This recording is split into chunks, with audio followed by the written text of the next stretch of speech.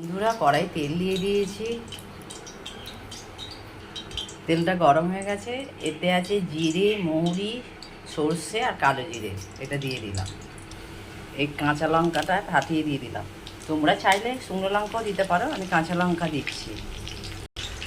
এই সবজিটার মধ্যে আছে উচ্ছে, কচু আর আলু।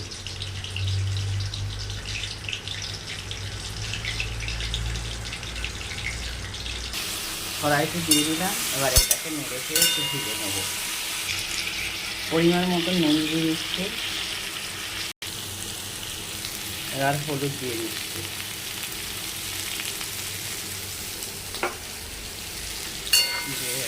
একটু ভাজা ভাজা হয়ে গেছে।